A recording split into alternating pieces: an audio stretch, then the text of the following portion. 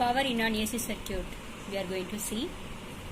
So power of a circuit is defined as the rate of consumption of electric energy in that circuit. When the voltages from the alternator is allowed to pass through resistive load, inductive load and capacitive load, the current is developed across the loads. So in our home, for example, we are using the lamps and heater, they are the example for the resistive loads, and fan and motor are the example for the inductive loads, and capacitive loads are the charging devices. And when the voltages pass through the resistive load, the current developed is in phase with the voltage. So when the current is allowed to pass through the resistive load, both voltage and current are in phase.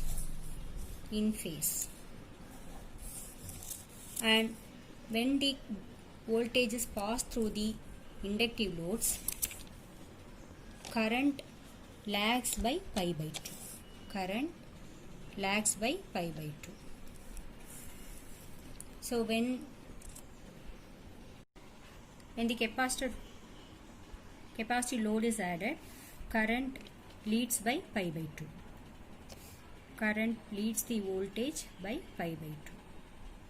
Then voltage is lagging current by pi by 2. So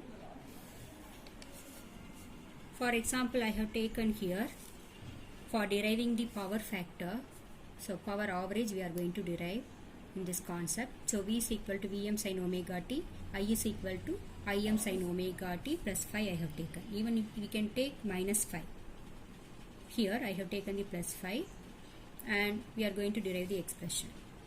So before that, finally we are going to get power average is equal to Vrms into Irms into cos phi. And this V root mean square and I root mean square, that is the RMS value of voltage, and multiplication with the current RMS is apparent power. So Vrms into Irms into cos phi. Cos phi here is the power factor. So to find the power factor, we have to find what is phi.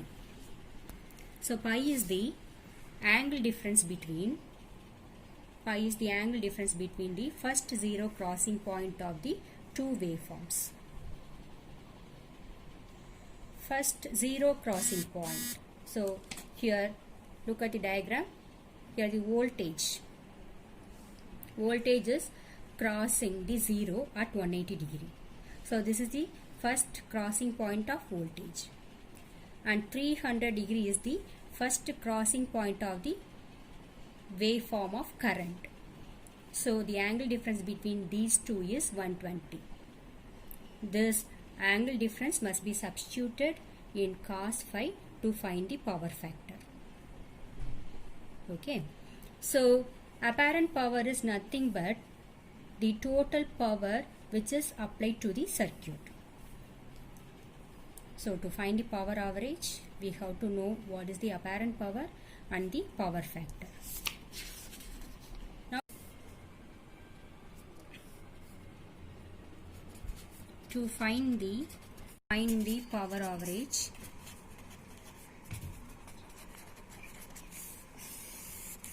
we have to find first power average. We are going to find power. Let's find the power first. P is equal to V into I. V is equal to Vm sin omega t. I is equal to Im sin omega t plus phi. So here why we have written plus phi means current leads the voltage by pi degree. And then we have to find the instantaneous voltage, that is P is equal to Vm sin omega t into Im sin omega t plus phi. Since to find the power, both voltage and current must be multiplied. In the next step, Vm into Im, the same term is multiplied and divided by 2. Sin omega t into sin omega t plus phi. consider this is A and this is B. Omega t plus phi is B. And 2 sin A sin B formula. Next we are going to apply. So 2 sin A sin B is equal to cos A minus B. So A is omega t and B is phi center. So minus cos A plus B, omega t plus phi. Here omega t will be getting cancelled, and Vm Im by 2 cos phi, and next step will be minus, next term will be cos 2 omega t plus phi. Here to find this second term, this must be integrated through a whole cycle. To find the power average, power must be integrated over a whole cycle. So Vm Im by 2 cos phi minus average power is, to get this must be integrated, I said. So when the term is getting integrated, it is going to get the value of 0. The average power over one complete cycle is 0. How means one complete cycle is going to get both positive and the negative value. This is positive and negative.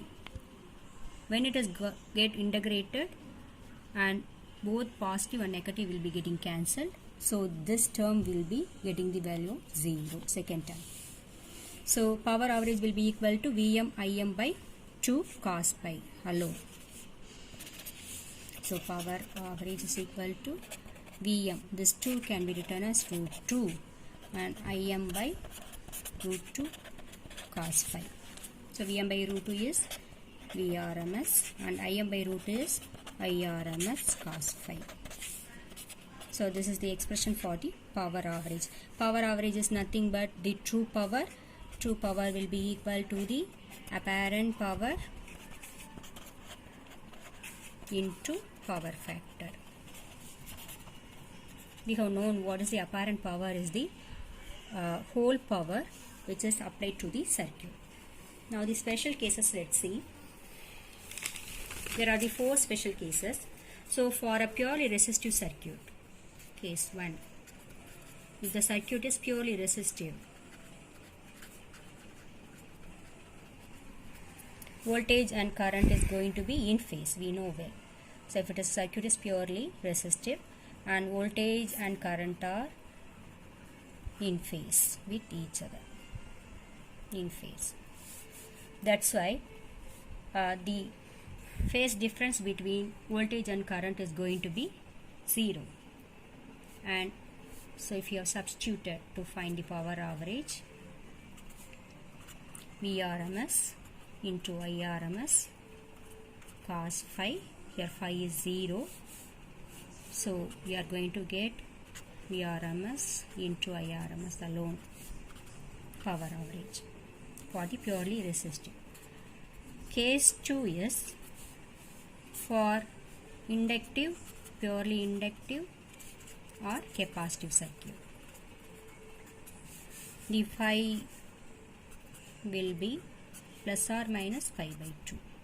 So cos phi 90, cos phi is 90 degree, is going to get the value of 0. So when the inductor or capacitor is connected in AC circuit, power average will be equal to 0. Third case is for RLC circuit. For RLC, phi value will be equal to, already we have found, tan inverse of XL minus XC by R. So this whole pi must be substituted in the pi. So power average is equal to Vrms into Irms into cos phi. So instead of this phi, tan inverse of XL minus XC by R will be substituted and we can find what is the power average. Case 4 is when the RLC in resonance. When the RLC is resonance condition, phase angle is going to be 0, because when the resonant condition XL will be equal to XC, so the circuit will be purely resistive. For purely resistive, the voltage and current is going to be in phase. So cos phi is equal to 0, then phi is 0 and cos phi is equal to 1. So power average is equal to Vrms into Irms.